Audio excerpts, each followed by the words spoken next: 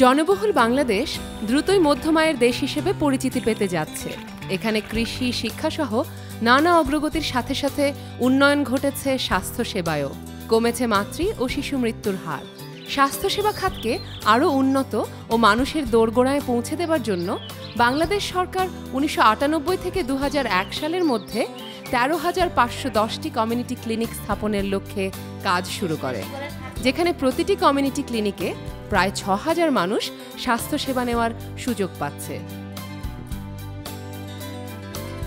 গ্রামের প্রান্তজনদের সঠিক স্বাস্থ্যসেবা প্রদানে বাংলাদেশ সরকারের এই উদ্যোগকে সহায়তা করার জন্য ২০১২ সাল থেকে plan international Bangladesh women's health care through community mobilisation প্রকল্পের মাধ্যমে কাজ করছে।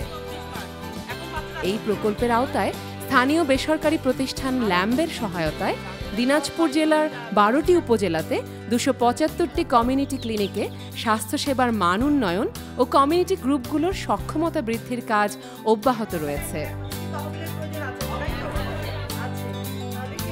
প্রকল্পে নারীদেরকে বিশেষ গুরুত্ব দিয়ে কমিউনিটি গ্রুপগুলোর সদস্যদেরকে প্রশিক্ষণ প্রদান করা হয়েছে। এক্ষেত্রে প্রতিটি গ্রুপে শিশুদের অন্তর্ভুক্তির বিষয়টিও ছিল বিশেষ গুরুত্বপূর্ণ। আগে তো এরকম কমিটি ছিলাম না, তো এখন কমিটিতে আছি। আমাদের নিয়মিত ডাকে, প্রতিটা মিটিংয়েতে ডাকার পর আমাদের সমস্যার কথা শুনে, আমরা যদি কিছু বলতে চাই আমাদের কথাটা গুরুত্বের সাথে শুনে। বিভিন্ন প্রশিক্ষণ লাভের পরে গ্রুপগুলো ক্লিনিকের উন্নয়নের জন্য এখন অনেক বেশি সক্রিয় ভূমিকা পালন করছে। আগে কিন্তু আমাদের এই এলাকার সিসি ক্লিনিকগুলো ছিল, এখনো বর্তমান আছে। আগে সিসি ক্লিনিকে মনে করেন যে ওই মহিলা হিসেবে খালি সদস্য হিসেবে নামটাই শুধু ছিল, কিন্তু আমাদের ওই যে মিটিংয়ে তারপরে কোনো কাজে এরকম করে গুরুত্ব দেওয়া হয় নাই। এখন কিন্তু গুরুত্ব দেওয়া হয়। নিয়মিত মাসিক সভা, সমস্যা ও সমাধানের পথ খোঁজা ছাড়াও বিভিন্ন গণ্যমান্য ব্যক্তি, সরকারি ও বেসরকারি প্রতিষ্ঠানের সাথে যোগাযোগের মাধ্যমে তহবিল গঠন ও তার সুষ্ঠু ব্যবস্থাপনা এবং সহযোগিতা আদায়ের বিষয়ে সক্ষমতা অর্জন করেছে গ্রুপগুলো।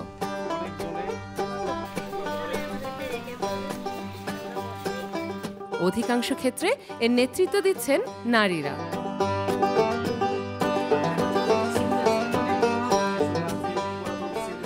যে নারীরা আসলে ইতিপূর্বে দেখা গেছে তারা ঘর থেকে বেরিয়ে এসে তাদের চাহিদাগুলোর কথা, তাদের যে জায়গাগুলো রয়েছে কথা বলার, বিশেষ করে ইউনিয়ন পরিষদে এসে তারা কথা বলতো না, কিন্তু এখন তারা আসছে ইউনিয়ন পরিষদে এসে আমাদের সামনে এসে তাদের চাহিদা, তাদের দাবিগুলো তুলছে এবং তাদের যুক্তিযুক্ত দাবিগুলো ধরে আমরা কাজ করছি।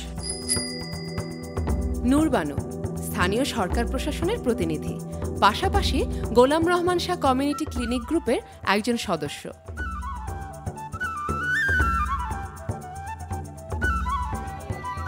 কমিউনিটি গ্রুপগুলোতে নারীদের অংশগ্রহণ, মতামত প্রদান ও সিদ্ধান্ত গ্রহণের সুযোগ খুলে দিয়েছে নূর বানুর মতো অসংখ্য গ্রামীণ নারীদের ক্ষমতায়নের দুয়ার। কমিউনিটি ক্লিনিকে দেখে অনেক মহিলা বাচ্চা নিয়ে আসে, তারা বাচ্চা কান্নাকাটি করে দুধ খাওয়ার জন্যে। তখন দেখি মহিলাগুলো বাচ্চাগুলোকে দুধ খাওয়ায়, কিন্তু শান্তিপূর্ণভাবে দুধ খাওয়াতে পারে না। তারপর আমি চিন্তা করলাম যে একটা পদ্মার ব্যবস্থা করলে কেমন হয়। এক মিটিংয়ে আমি জানাইলাম যে আমরা একটা পদ্মার ব্যবস্থা করতে চাই। তারপরে আমার কথার উপর সাপোর্ট করে পদ্মার ব্যবস্থা আমরা করে ফেললাম। আমাদের এলাকার মা শিশুরা ওখানে যাচ্ছে, যে তারা মানে শান্তিপূর্ণভাবে তার বাচ্চাকে দুধ খাওয়াতে পারছে, তাদের সময়ও কম লাগতেছে। কেবল নূর বানু নয়, দিনাজপুর জেলার 12টি উপজেলার কমিউনিটি গ্রুপের সদস্য, বিশেষ করে নারী সদস্যরা এখন অনেক সক্রিয়। মা ও শিশুদের যথাযথ স্বাস্থ্যসেবা পাইয়ে দিতে তারা যেন প্রতিজ্ঞাবদ্ধ। তাই গোলাম রহমান শাহ ক্লিনিকের মতো এখন এ এলাকার অধিকাংশ ক্লিনিকে স্বাস্থ্যসেবা প্রদানের পাশাপাশি গোপনীয়তা রক্ষা করে মায়েরা যাতে তার শিশুকে বুকের দুধ খাওয়াতে পারেন সেজন্য আলাদা ব্যবস্থা করে দেওয়া হয়েছে। মারা যে দুধ দিবে বাচ্চাকে কোনো ব্যবস্থা ছিল না। যে রুমে দুধ দিতে ওইখানে আছে, ঔষধপত্র থাকে, আবার টয়লেটে লোকজন যাওয়া আসা করে সমস্যা হইতো, ওইখানে টয়লেটের গন্ধ আসে। আর এখন এই পদ্মা দেওয়াতে খুব সুবিধা হয়েছে, বাচ্চাকে আড়ালে দুধ খাওয়ানো যায়। ফুলবাড়ী উপজেলার আলাদিপুর কমিউনিটি ক্লিনিকের কমিউনিটি সদস্যরা স্থাপন করেছে একটি ভিন্ন মাত্রার দৃষ্টান্ত, যা শুধু রোগীদের নয়, উপকারে এসেছে গ্রামবাসীদেরও। কমিউনিটি ক্লিনিকের ভিতরে একটা টিউবওয়েল ছিল, সেই টিউবওয়েল এখন প্রায় কয়েক বছর ধরে নষ্ট হয়ে আছে। এখানে যে মা এবং শিশুরা আসে, প্রস্রাব করে, বাচ্চারা পায়খানা করে, বমি করে, ধোয়ার কোনো পানি ব্যবস্থা থাকে না। তারপর মারা যারা আসে তাদের পানির প্রয়োজন হয়, টয়লেটে পানির প্রয়োজন হয়, তারা পানি পায় না। আসলে প্রত্যেক মাসিক মিটিংয়েই মেয়েরা মহিলা যে সদস্যরা আছে তারা এজেন্ডার হিসেবে আমার কথা উঠায় আর কি বরাবরই, যে মেম্বার সাহেব বা সভাপতি সাহেব এখানে পানির ব্যবস্থা যেভাবে হোক একটা ব্যবস্থা করে দেন। জনস্বাস্থ্যের মাধ্যমেই আমার এই তারা পাম্পের একটা সুব্যবস্থা হয়েছে আর কি, দিয়ে ফেলছেন। আসলে এটা যে কতখানি একটা উপকৃত আমরা হয়েছি, এটা শুধু কমিউনিটি ক্লিনিকের শুধু রুগীরাই নয়, এলাকাবাসী, পথচারী সবাই আসে এখান থেকে পানি নিয়ে তারা খাচ্ছে। দিনাজপুর জেলায় যে প্ল্যান ইন্টারন্যাশনাল বাংলাদেশের সহায়তায় কমিউনিটি গ্রুপ মোবিলাইজেশনে তারা অনেক যথেষ্ট অবদান রেখেছে।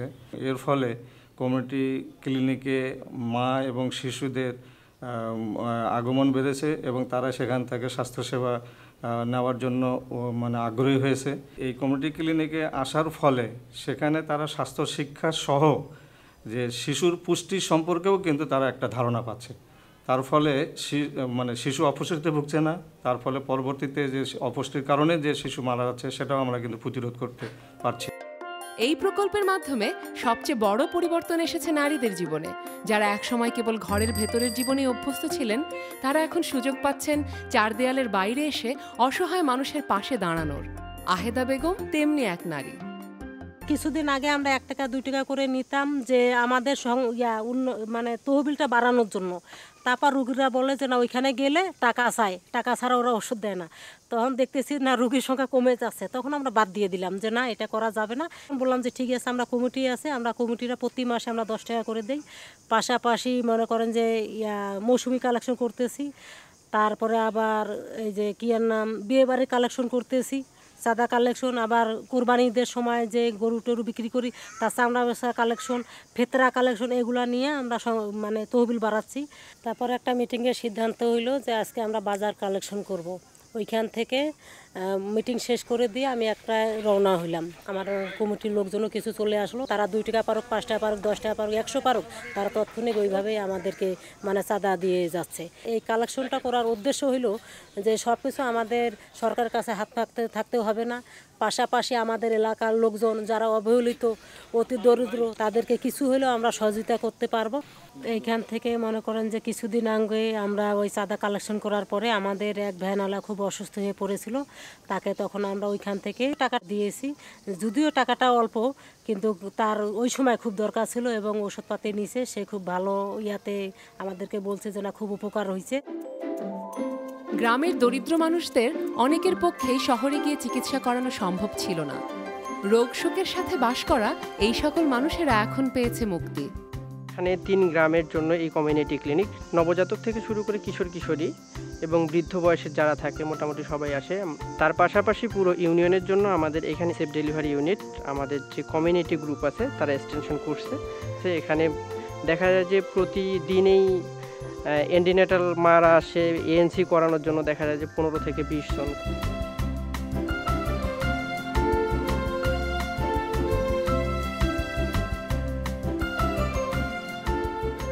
আবার ডেলিভারি করানোর জন্য আসে। কমিউনিটি ক্লিনিকগুলোতে স্বাস্থ্যসেবা উন্নয়নের পাশাপাশি নিশ্চিত করা হয়েছে শিশু বান্ধব পরিবেশ। শিশুরা যেন তাদের সব ধরনের গোপনীয়তা বজায় রেখে পরামর্শ এবং চিকিৎসা সেবা নিতে পারে, তার জন্য রয়েছে বিশেষ ব্যবস্থা। আগে তো জানতাম না যে আমাদের কিশোরীদের কোনো সলিউশন ক্লিনিকে দেয়। কমিউনিটি ক্লিনিকে সদস্য হওয়ার পর, ট্রেনিং নেওয়ার পর আমি জানতে পেরেছি যে ওইখানে সব রকম বয়সন্ধিকালের সব রকম সমস্যার সমাধান ওইখানে আমরা পাবো। এখন আমাদের গোপনীয়তা রক্ষা হয়, প্লাস আমার বয়সী অথবা মানে শিশু থেকে কিশোর, যারা কিশোর কিশোরী সবাই মানে সেইখানে সেবা নেয়। স্বাস্থ্যসেবা নিশ্চিত করার পাশাপাশি ক্লিনিকের চারপাশে দেয়াল তোলা, বেড়া দেওয়া ও ডাস্টবিনের ব্যবস্থা করার মাধ্যমে ক্লিনিকের পরিবেশ সুন্দর রাখতে কমিউনিটি গ্রুপগুলো উদ্যোগী হয়েছে। তো প্রথম অবস্থায় এই কমিউনিটি ক্লিনিকগুলা সরকারের যে চিন্তা ভাবনা ছিল যে কমিউনিটি ক্লিনিক কমিউনিটি গ্রুপ দ্বারা পরিচালিত হবে। প্ল্যান এই কমিউনিটি গ্রুপকে তাদেরকে প্রশিক্ষণ দেওয়া, তাদেরকে জানানো, তাদের নিয়ে সভা করা, এই সমস্ত কিছু করছে এবং ওই আমাদের কমিউনিটি ক্লিনিকে যে সমস্ত কর্মীরা সেবা দিচ্ছে তাদের সঙ্গে একটা যোগসূত্র স্থাপন করে দিচ্ছে, যাতে কমিউনিটি গ্রুপ চিন্তা ভাবনা করতে পারে যে এই ক্লিনিকটা তাদের নিজস্ব, এটার উন্নয়ন ঘটানো এবং এখানে যারা সেবা দিচ্ছে তাদের কাছ থেকে সেবাটা নেওয়া এবং জনগণকে উদ্বুদ্ধ করা যে কমিউনিটি ক্লিনিকে যেয়ে সেখানে সেবা নেওয়ার জন্য।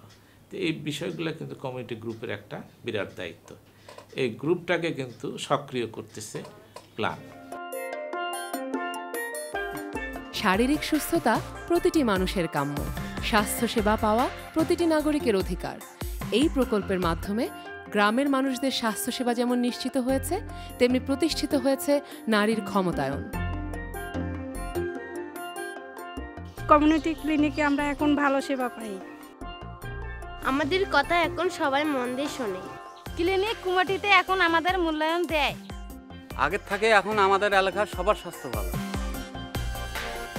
এই এলাকার বাইরে রয়ে গেছে আরও বিশাল বাংলাদেশ, রয়ে গেছে আরও অসংখ্য মানুষ।